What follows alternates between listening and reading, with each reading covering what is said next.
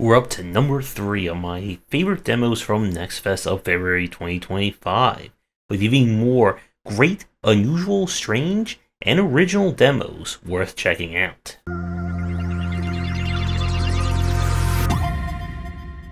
Our first game of the night is Flocking Hell.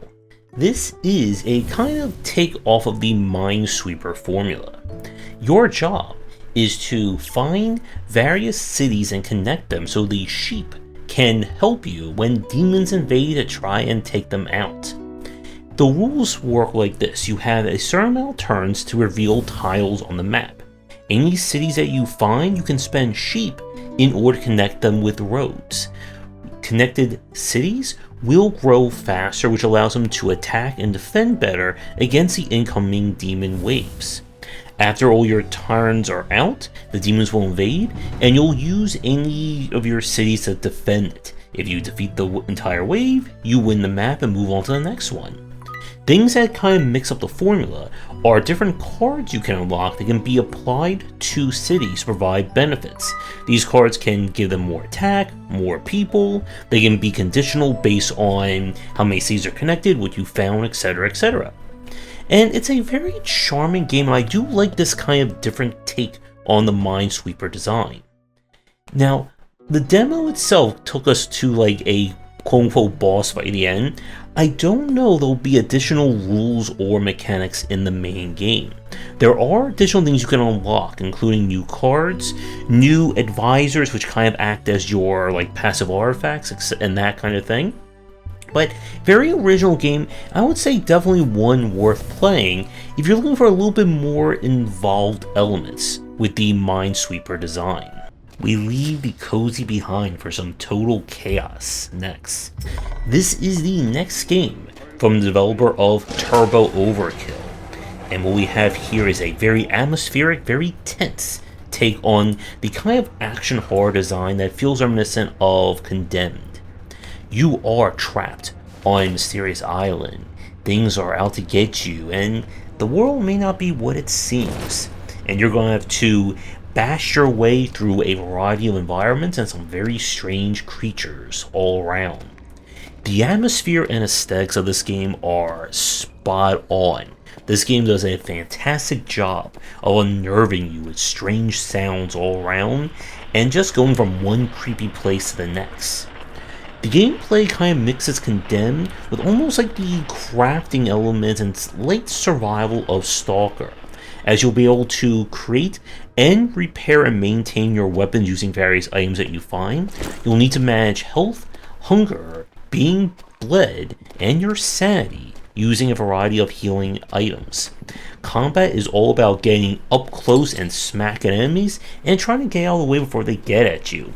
And this game will do a lot to get at you.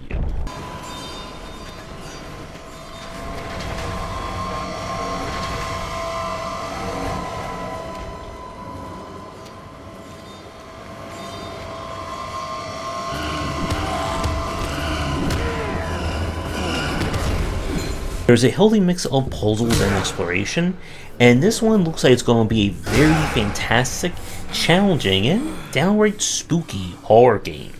So if you are not easily unnerved by the dark and looking for another fantastic entry in the genre, then definitely check out this demo, and I am certainly going to be keeping an eye out for this one when it is released. And now we go to Isle of Reveries. This is a Zelda-like, where you play as a pilgrim who has come to a mysterious island under the kind of quest to get their wish fulfilled at a mysterious temple. And they must explore, solve puzzles, and get into a lot of fights along the way. This is a Zelda-like through and through. You'll have to solve a variety of different puzzles, as well as find, of course, items that will help you with puzzle, combat, and exploration, complete dungeons, and go forward, and so on. While this game certainly has the look of kind of like the Link's Awakening, like Game Boy era of Zelda, this is a challenging one. The enemies are very fast, the puzzles certainly do not hold your hand, and I would definitely put this on the moderate to moderately challenging side. So if you are someone who likes the Zelda formula but looking for a game with a little bit more bite to it, I would definitely check out this demo, and I'm certainly interested to see where things will evolve in the main game when it is released. We now get medieval with Reignbreaker. This is an action roguelite that kind of plays like a medieval or medieval punk take on the Hades formula. You are rebelling against the evil queen, and you must use javelin and fists in order to lead your rebellion.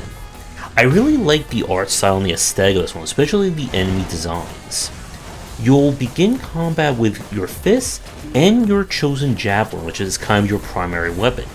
As you use your javelin, it heats up and you'll need to let it rest in order to cool off. As you'll beat up enemies, you'll be able to choose from different perks, get permanent upgrade material, and all that good stuff that you know from this formula. My main issue that I have with this one is that defense felt kind of awkward. There's a noticeable lack of hit stun with your basic attack, and there are cases where the enemy would attack, I would try to go in to get a hit, and they would already start their next attack before I could even get close enough to try and hit something with the primary. Some of the enemies that can chase you move faster than you can run almost, and I definitely want to see, I think, a bit more in terms of variety of combat. One area where this game is noticeably lacking is with different perks that really change the formula or change how your character behaves in combat. And while we played several runs of this, I didn't really see too much in that respect. So if they can improve on that, this could be another very solid entry in the action roguelike genre, and one worth checking out. We now switch over to ZPF. This is a modern retro shmup that is heavily inspired by kind of the Sega Genesis TurboGrafx era of the genre, with all the chiptunes, pew-pewing, and effects that you've come to know. You'll choose from one of 3 different ships, each with their own different weapons and playstyles, and then proceed to fly from left to right, shooting anything and everything that moves. Levels have secrets for you to uncover. You can also spend the resources you get in each level to upgrade your ship over the course of the run, and this is going to be just some really good old-fashioned shmup play. So, if you're in the mood for some pew-pewing, the horizontal style, then definitely give this one a play. We're keeping with the retro feel, this time to the streets, with City of Rampage. This is a game that is described as a love letter of Streets of Rage and Comic Zone, and that immediately got my attention when I tried this one out. What we have here is a very technical and very challenging take on the beat-em-up formula. Your character can attack high and low. You have a parry and block that you'll need to make heavy use of in order to get in and avoid enemy attacks. And this is all about learning how this combat works, as enemies are very dangerous and they can hit stun you like nobody's business. The main thing about this demo is that there is a lot of potential here for someone looking for a more challenging take on the beat-em-up formula. The main issues I have with this one, the first are a noticeable lack of checkpoints. You go quite a long distance in this one without any kind of checkpointing, and enemies are brutal. They can get you, and if they can stun lock you, you are going to run out of health incredibly fast. You have no grapple, and I've had some issues dealing with kind of large and specialty enemies, such as the demo's final boss. If they can provide a bit more balance and give the player as much on defense as they have on offense, this could be a phenomenal take on the beat-em-up formula. But for right now, this is definitely going to be for experts only to check out. We're leaving the streets for a little bit of cozy platforming with Paperklay. We play as the duo of Chick and Nugget. When an evil fox has stolen their town's eggs, it's up to the duo to go on a very global spanning and delightful adventure. To find them, collect lots of collectibles, help the people, and all that good stuff. This is a 3D platformer through and through, as you explore this very interestingly designed world. I like the kind of paper aesthetic that they went with. Each level has a mix of collectibles to find, with the main one being eggs that act as your progression gate to unlock additional worlds. By finding buttons, you'll be able to acquire like different upgrades that you can equip onto the duo. Inside each kind of hub area, you'll also find books that represent portals to actual levels that you'll be able to go into to, of course, do even more platforming. In terms of movement tech, this one is going to be on the kind of simple side. The tech is kind of similar to that of a 3D Mario game. You can kind of chain your jumps and make your second one higher. You have a kind of like flutter or hover ability using your hang glider. And this is definitely not meant to be on the challenging or overly technical side. This is the opposite of when we played Demon Tides the other day. But this looks like it's going to be a very fun and very cozy romp through a beautifully realized world with a whole lot of wacky voice acting to go with it. So if you're a 3D platformer fan and you're looking for something to relax to rather than to test your technical skills with, then give this one a play. We now go to Haste Broken Worlds. This is a mix between an auto runner and a roguelike, as you are literally trying to outrun the end of the universe. The idea here is you go into different shards which act as kind of your roguelike run. Your mission is to get to the end of each level and try not to run into things or fall off the ledges. The main tech here is you're trying to land on a downward slope to build up energy meter in order to activate your hoverboard, which allows you to get additional boosts on the ground and in the air. Different modifiers will come with challenges. You'll be able to buy items to help you. My main issue with this one is I would really like some kind of compass or notifier as to where you're supposed to be running, because it's very hard to tell when you're going at high speeds which direction is which, and it can be a little disorienting in that respect. But there is definitely something original here as a way of elevating the like auto runner style of gameplay. So I would definitely give this one a check if you're in the mood to do a whole lot of moving, running, sliding, and jumping. For our next game, we go to Coin Push RPG, a mix of RPG, idle, and those coin push arcade machines. How this one works is that you'll build a party of different characters. You can equip them with gear that you find or craft, and then you go into combat in the form of the arcade machine. As you send coins down, by hitting the enemy's icons, you can knock out their attacks. But your ultimate goal is again of coins to kind of fall over the edge, which will translate into your party attacking.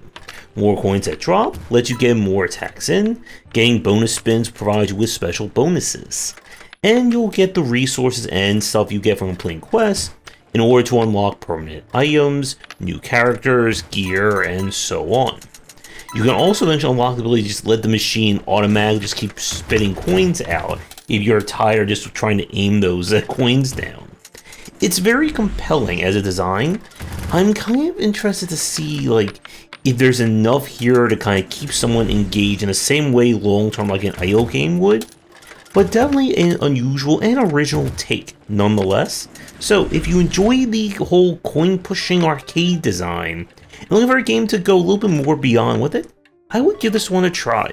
And for the last game of today's showcase, this is Roguelite Deck Builder. It is your job to use your roguish skills to lightly build decks in order to earn money. What, you think this is about some kind of card game? What's wrong with you, you weirdo? Anywho, this is kind of a interesting mix that feels kind of like getting over it, but with trying not to hammer your fingers while you're trying to hammer in nails. The kind of metagame here is that the money that you earn can be used to buy better wood, better nails, better hammers, all trying to earn your freedom at $1 million. And yes, the light keeps flickering by design choice as one of the things you can purchase. It feels like an idle game by way of Cruelty Squad, if that makes any sense. But as you can tell by me swinging this hammer here, it's as easy to control as you're watching. But nonetheless, it's a very unusual and compelling game. So if you really, really like hammering in nails and, I guess, building decks, not the card variety of course, give this one a try and see what you can make of it. And with that, we wrap up another showcase. We still have plenty more games to get to, and we'll be checking them out this week and maybe even beyond for next fest. Let me know what you think about these games down in the comments, and I'll see everyone for our next part. Thanks for watching, and a special thank you to our Patreon supporters. If you enjoyed the video, do the YouTubing stuff, be sure to visit our Discord and Patreon, and if you're interested in more of my thoughts on design, check out my game design books.